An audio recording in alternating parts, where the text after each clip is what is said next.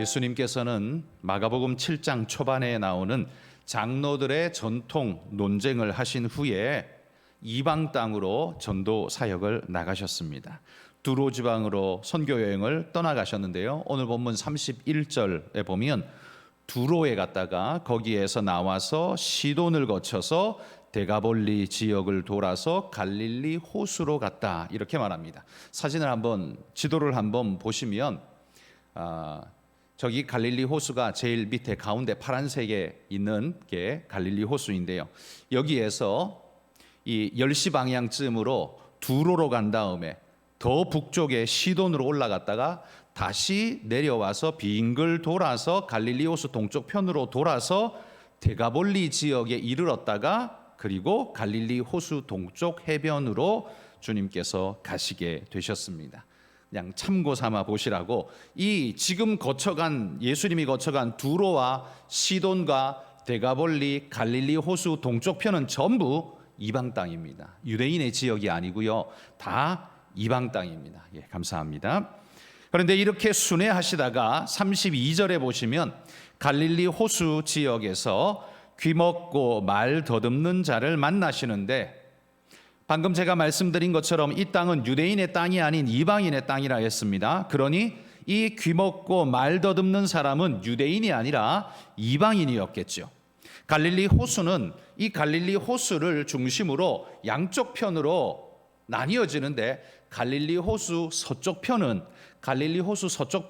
유대인의 땅입니다. 그래서 유대인의 갈릴리이고, 갈릴리 호수의 동쪽 편은 이방인의 땅입니다. 그래서 이방의 갈릴리라고 불렸습니다. 그래서 그쪽은 이방인의 땅인데 바로 거기에서 귀먹고 말 더듬는 자를 주님이 만나셨다는 거죠. 그러니까 주님은 유대인들만 구원과 사역의 대상으로 보지 않고 이방인들의 지역까지 찾아가셔서 그들을 고쳐주시고 말씀 전하는 일들을 주님은 열심히 하셨다는 걸 오늘 우리가 본문에서 볼 수 있죠. 아마 따라다니던 12 제자들은 이런 예수님의 모습이 의아해했을지도 모릅니다. 아니, 저들은 유대인도 아닌데 왜 그들에게 사역하시는가? 이렇게 생각했을지 모릅니다. 그러나 그렇게 하시는 것이 주님의 본심이셨습니다. 주님에게는 유대인과 이방인의 구분이 없었습니다. 마치 첫째 아들이나 둘째 아들이나 다 내 자식이지, 뭐 장자라고 특별한가?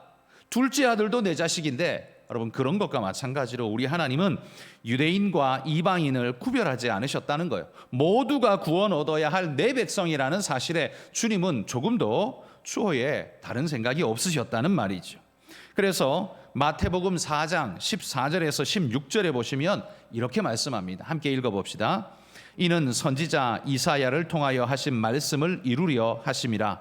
일러스되 스불론 땅과 납달리 땅과 요단강 저편 해변 길과 이방의 갈릴리여, 흑암에 앉은 백성이 큰 빛을 보았고 사망의 땅과 그늘에 앉은 자들에게 빛이 비치었도다 하였느니라. 이게 이사야 선지자가 이미 700년 전에 했던 예언의 말씀을 지금 가지고 와서 다시 말하고 있는 건데요. 이사야 선지자가 700년 전에, 주님보다 700년 전에 뭐라고 말했는가 하면 이방의 갈릴리 땅에 영광의 빛이 비칠 거라는 걸 예고했다는 거죠. 여기 스불론 땅과 납달리 땅, 이 땅이 어디냐면 갈릴리 호수 서쪽 편, 그러니까 유대인의 갈릴리 땅이죠. 갈릴리 호수의 서쪽 편이 바로 스불론 땅과 납달리 지파에게 할당되어진 땅입니다. 그 땅은 갈릴리, 지금 우리 성경으로 말하면 갈릴리 지역이라고 부르는 이곳이 바로 스불론 땅과 납달리 땅이고요. 그리고 이방의 갈릴리라고 부르는 이곳이 지금 예수님의 시대에는 데가볼리 지역을 중심으로 된 갈릴리 호수 동쪽 편이 이방의 갈릴리였습니다. 그러니 이사야 선지자는 주님께서 오시면, 메시아가 오시면 유대인에게만 아니라 이방인에게도 구원의 길을 열어주시는 주님의 사역을 행하실 거라는 걸 미리 내다보면서 이야기를 하고 있는 것이죠. 그리고 주님은 그 말씀을 응하게 하시려고 지금 이렇게 하고 계시다라고 말합니다. 그 말씀이 옳다는 거지요. 맞다는 거죠. 나는 그렇게 할 거라고 주님은 행하시면서 이방으로 행차하고 계신 것을 오늘 본문이 우리에게 보여주는 겁니다. 그런데 그곳에서 귀먹고 말 더듬는 이중 장애를 가지고 있는 이 사람을 만납니다. 이 두 가지 기능, 귀먹고 말 더듬는 이 두 가지는 서로 연결되어 있는 것 같습니다. 듣지 못하는 이는 말도 못하게 되는 것들을 우리가 보게 되죠. 어찌되었든 이 이중 장애는 그 당시 시대적 이해 속에서 보자면 이 두 가지나 장애를 얻었다는 건 하나님의 천벌을 받은, 하나님의 저주받은 존재라고 인식될 수밖에 없었습니다. 멸시와 조롱의 대상이라는 거죠. 인권이라는 단어 자체가 없었던 그 시대의 개념을 감안하자면 고대 사회에 이 사람이 감내해야 했을 그 아픔이 얼마나 컸을까는 우리는 상상도 할 수 없는 아픔과 고통을 아마 이 사람은 겪었을 겁니다. 조롱과 멸시와 저주의 손가락질을 온몸으로 감내해야 하는 아픔이 이 사람에게 있었을 거라는 거죠. 그런데 오늘 본문에 보면 참 다행스러운 것이 이 사람에게도 희망의 빛이 있었다는 겁니다. 그건 다름 아니라 32절에 보십시오. 32절에 사람들이 귀먹고 말 더듬는 자를 데리고 예수께 나와 안수하여 주시기를 간구하였다, 이렇게 말합니다. 여러분, 저주받는 자로 인정받는 자였지만 그에게도 어떤 사람들이 있어요? 사랑의 마음으로 그를 인도해주고 그가 낫기를 간절히 바라는 사람들이 있었다는 겁니다. 여러분, 이게 얼마나 감사한 일입니까? 비록 절망적이고 손가락질 받는 인생이었지만 그에게도 사랑의 마음으로 간절히 인도해 줄 사람들이 남아 있었다는 것, 저는 이 말씀을 읽으면서 불현듯 이런 생각을 했습니다. 예수님 말씀 중에, 성경의 말씀 중에 이런 말씀이 있죠. 바알에게 무릎 꿇지 않은 7천인을 내가 남겨두었다라고 말하는 것처럼 많은 사람들이 손가락질하고 저주의 인생이라고 욕할지 모르지만 그들 중에도 남은 7천인, 하나님께서 남겨두신 7천인이 이 사람에게 있었다는 거죠. 얼마나 다행한 일입니까?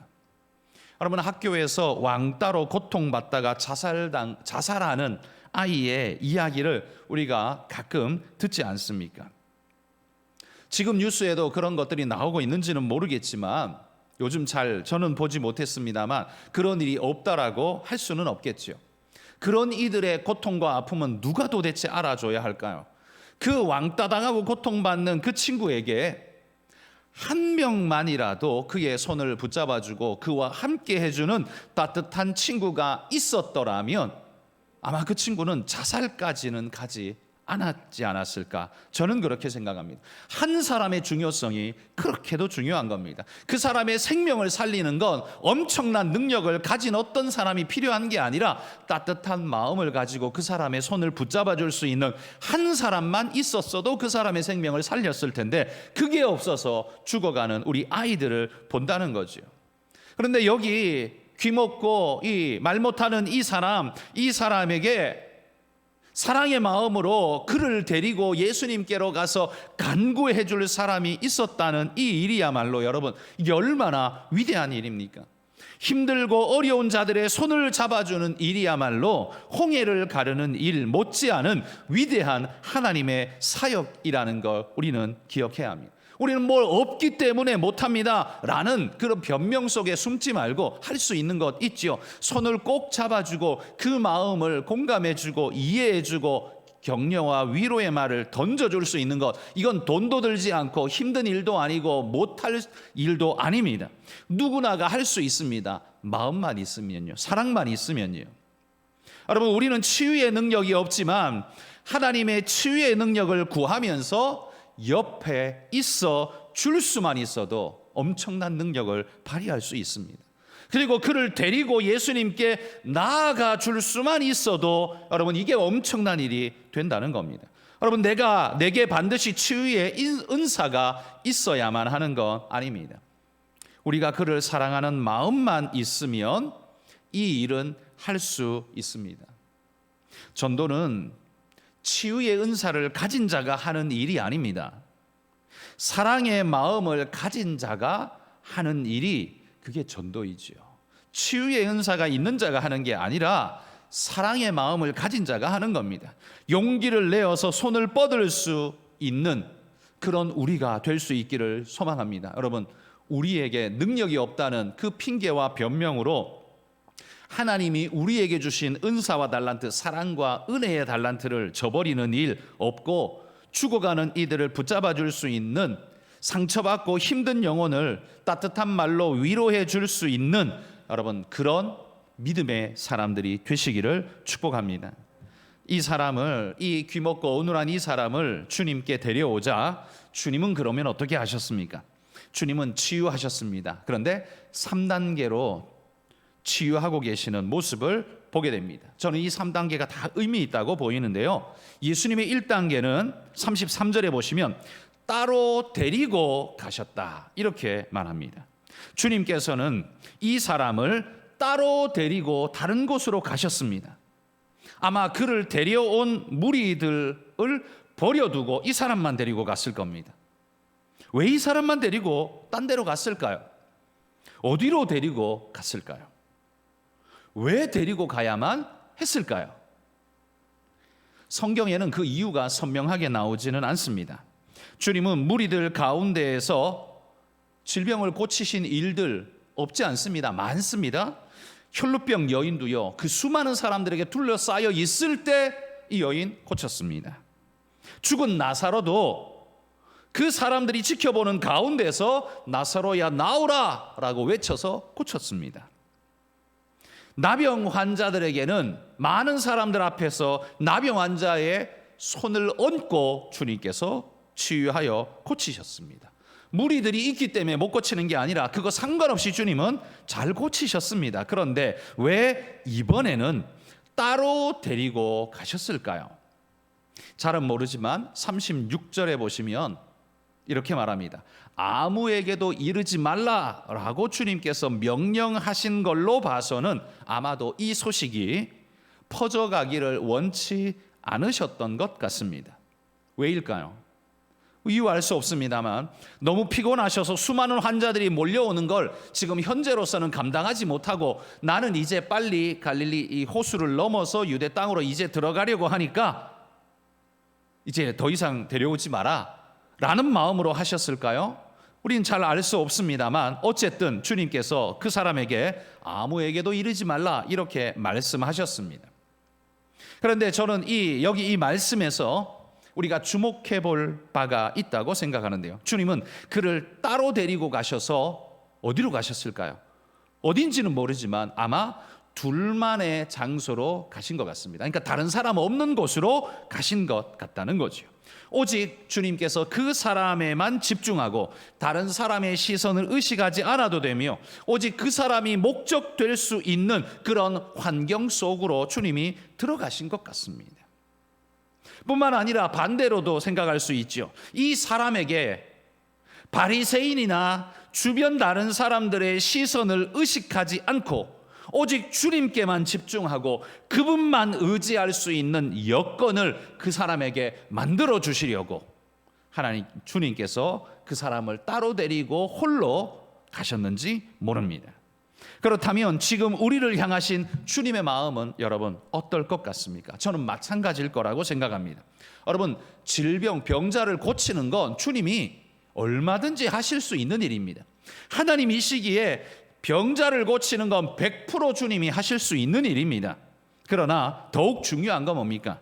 주님과 독대하면서 주님께 오롯이 우리의 마음을 드릴 수 있는 그런 시간과 공간을 주님이 원하신다는 것, 저는 우리가 오늘 이 본문에서 바로 그 부분을 함께 봤으면 좋겠다는 겁니다. 주님은 따로 데리고 가셨습니다. 왜요?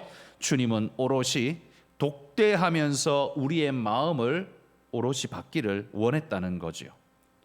여러분 오늘 우리의 이 예배가 주님과 나누는 독대가 되시기를 소망합니다. 물론 옆에 사람이 있죠. 여러분 옆에 뒤에 사람들 많이 있습니다만 여러분의 마음이 오로지 주님만을 향하기에 옆에 누가 있든 없든 상관없이 예배하는 이 자리가 주님과 내가 만나는 독대의 자리로 여길 수 있다면 여러분 그 자리야말로 여러분에게 가장 복된 자리, 하나님이 역사하시는 자리가 되리라고 저는 믿습니다. 주님이 또한 그것을 원하고 계신다고 믿습니다. 여러분 주님은 무리 중에 하나로 그를 만나고 싶지 않았습니다. 오직 100% 그만을 위해서 주님은 역사하기를 원하셨습니다. 그래서 따로 데리고 가셨습니다. 이것처럼 주님은 우리 마음에요, 여러 신경 쓸 것들 중에 하나로 주님 만나기를 원치 않으신다는 말이에요. 무슨 말인지 이해되십니까? 이 시간만큼은 다른 어떤 것과도 바꿀 수 없는 오직 주님을 위한 시간과 공간이 되시기를 바랍니다. 이거저거 하다가 설교도 듣고 딴짓도 하고 뭐 졸기도 하고 낙서도 하고 옆 사람이랑 쿡쿡 찌르면서 이야기도 하고 그러면서 예배 드리시겠습니까? 그렇게 산만하게 여러 생각이 나뉘고 행위가 나뉜 것에 하나님께서 기뻐하시겠습니까? 아니요. 하나님은 따로 데리고 가셔서 100% 하나님과 나만 독대하신 것처럼 주님 우리를 그렇게 만나시기를 원하신다는 거예요. 오늘 주님은 이 사람의 손을 잡아 이끄시며 따로 데리고 가셨듯이 오늘도 주님께서 여러분의 손을 붙잡고 이끄셔서 주님과 독대의 자리로 우리를 이끌어 주시기를 소망합니다. 여러분, 주님은 내가 신경 써야 할 것들 중에 하나가 아닙니다. 이게 무슨 말인지 이해되시죠? 하나님은 내가 신경 써야 할 것들 중에 하나가 아니라는 말이에요. 그분은 우리가 경배해야 할 유일한 분입니다. 다른 것과 n분의 1 나누어 가지시는 분이 아니라 100% 오직 주님만을 위한 시간을 갖기를 원하시는 분, 주님입니다. 여러분, 주일 성수 뭡니까? 주일 성수는 예배당에 왔다 간 걸 주일 성수라고 말하는 게 아니라 그걸 우리는 보편적으로 주일 성수라고 말하죠. 우리 물리적인 인간, 그 사람의 속마음을 모르기 때문에 우리는 거기까지밖에 말 못합니다. 그래서 어떤 마음으로 왔든 어찌됐든 간에 교회 오면 주일 성수했다 인정해 줍니다. 그렇지만 하나님도 똑같이 그렇게 말씀하실까요? 하나님은 그 사람의 속까지 다 보시는데 어떤 의도로, 어떤 마음으로, 어떤 자세로 왔는지 아시는 그분이 우리와 똑같은 수준으로 생각하실까요? 아닐 겁니다.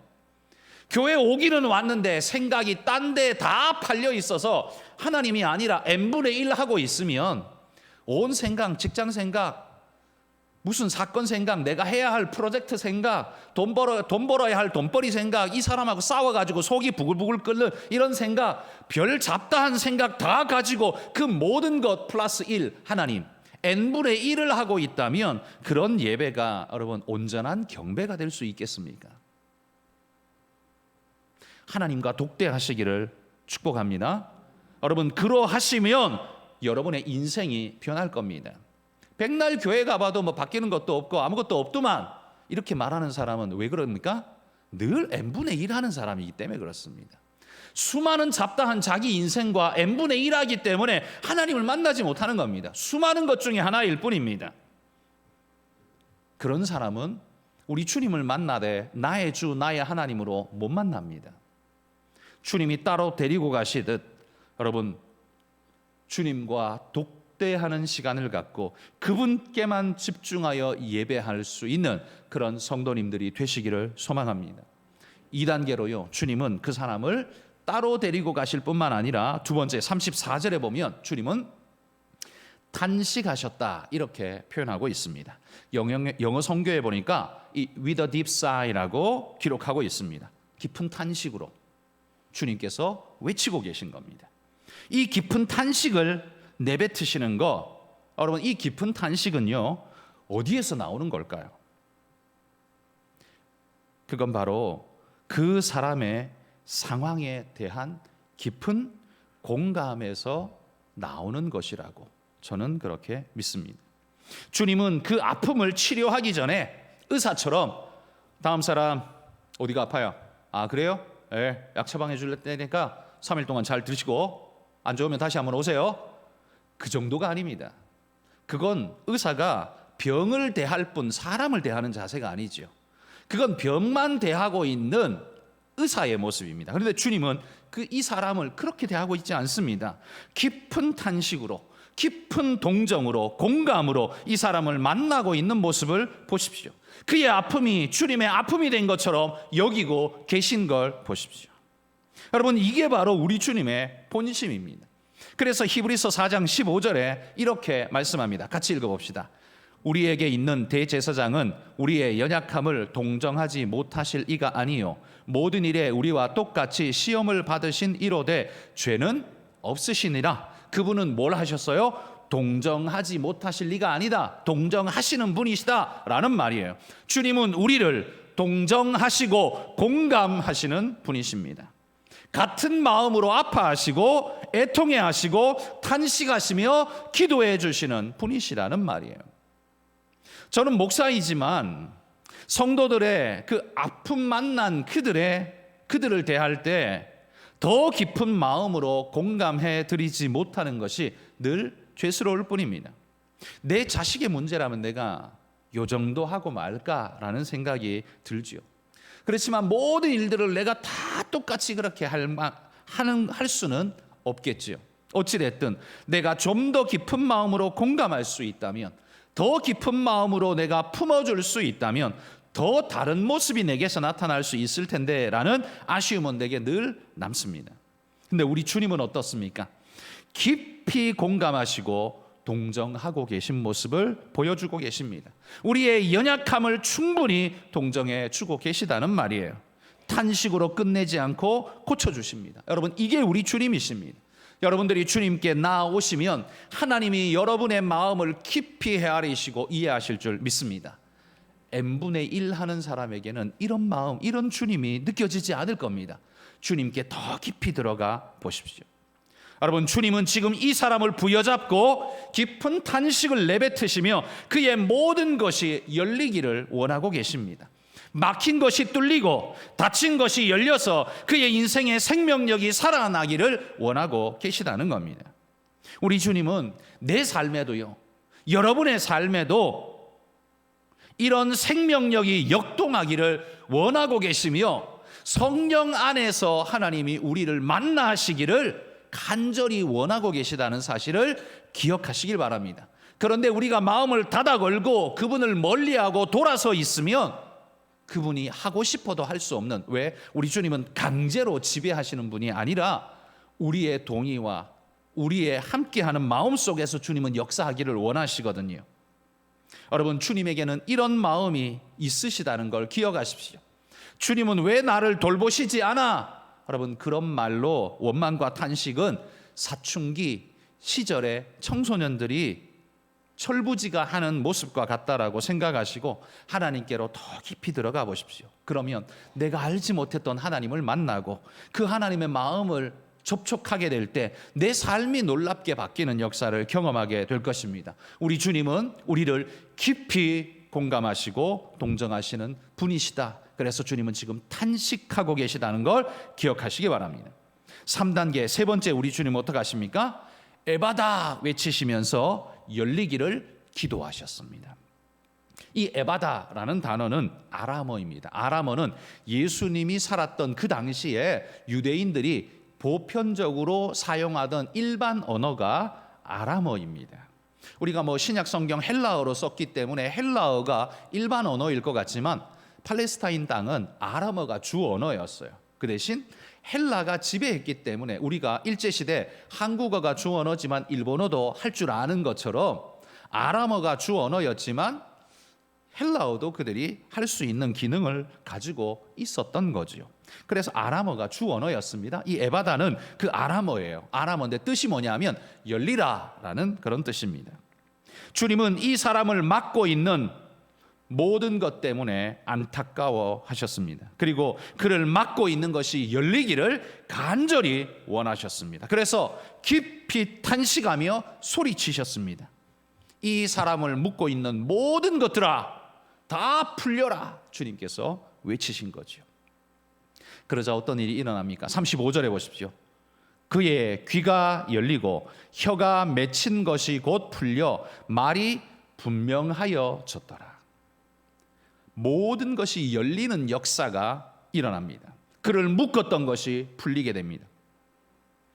그의 저주받은 인생으로 묶여졌던 것이요, 주님의 한 말씀의 선포에 풀려나는 걸 보게 됩니다. 여러분, 그의 말을 묶고 소통이 묶였던 그 모든 것을 우리 주님이 지금 열어주고 계시다는 거예요. 여러분, 주님 안에서 열리기를 원하는 간절한 그 아픔을 가지고 계신 분이 계시다면 주님 앞에 나아가 주님과 독대하시기를 소망합니다.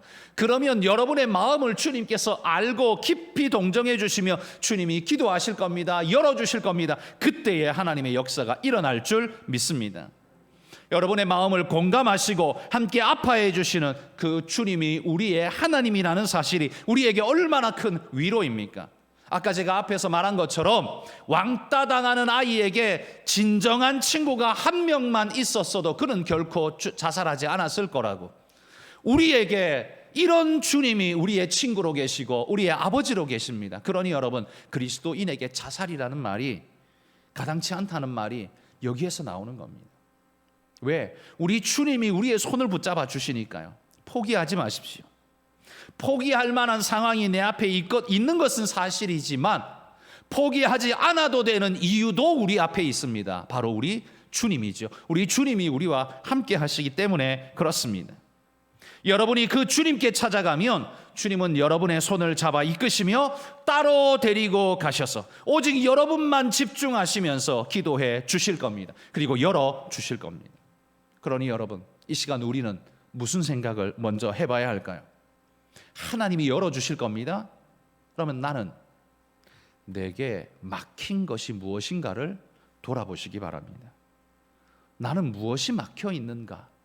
하나님과 나 사이에 내가 막혀 있는 게 뭔가? 내가 지금 꽁 하고 돌아앉아 있는 건 뭐고 나의 숨통을 딱 틀어 막아서 기도도 못하게 만드는 요소가 뭔가를 돌아보시기 바랍니다. 여러분, 영적인 부분이 막혀 있지 않습니까? 막혀 있으면 소통이 안 되고 숨을 쉴 수가 없고 그냥 영혼이 잠들어 버리고 사라져 버리며 죽어버릴 수밖에 없습니다. 하나님과 소통하던 내 영혼이 막혀 있지 않은가 돌아보십시오. 과거에 나도 40일 20일 금식 기도하고 일주일 금식 기도는 몇 번 하고 기도원에 몇 번씩 올라갔고, 그런데 지금은요, 그때 올라간 게 아니라 지금은요, 결국 그 말 하는 분은 어떤 말이에요? 나 지금은 막혀 있어. 결국 그 말을 애둘러 부끄럽지 않게 그냥 과거에 한 걸로 그냥 퉁치고 넘어가고자 하는 말 아닙니까? 과거에 그랬다는 말은 지금 안 하고 있다는 소리죠, 사실. 그리고 그 말은 나는 지금 막혀 있어요 라는 말을 돌려 말하고 있는 것일 뿐입니다. 사실 오히려 부끄러워해야 할 말이죠. 옛날에 그랬다 아니라 지금도 그래야죠. 나는 지금 기도원에 그렇게 열심히 올라가지는 못하지만 않지만 나는 날마다 주의 전에 올라갈 때마다 하나님을 만나고 그 은혜를 경험해. 하나님이 나를 만져주시고 위로해 주시는 그 은혜를 날마다 경험해.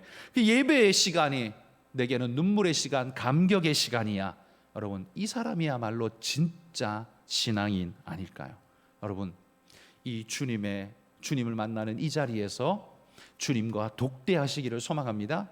옆에 사람, 저 사람 신경 쓸 이 일, 저 일 다 생각하지 말고 오직 다 주님 앞에 내려놓고 주님께만 집중하시기 바랍니다. 그러면 주님이 여러분을 공감하시고 동정하시고 여러분 마음을 여러분에게 주실 겁니다. 그러면 여러분의 삶의 모든 것이 풀리게 될 줄 믿습니다. 이 믿음 가지고 주님 만나시기를 주의 이름으로 축복합니다.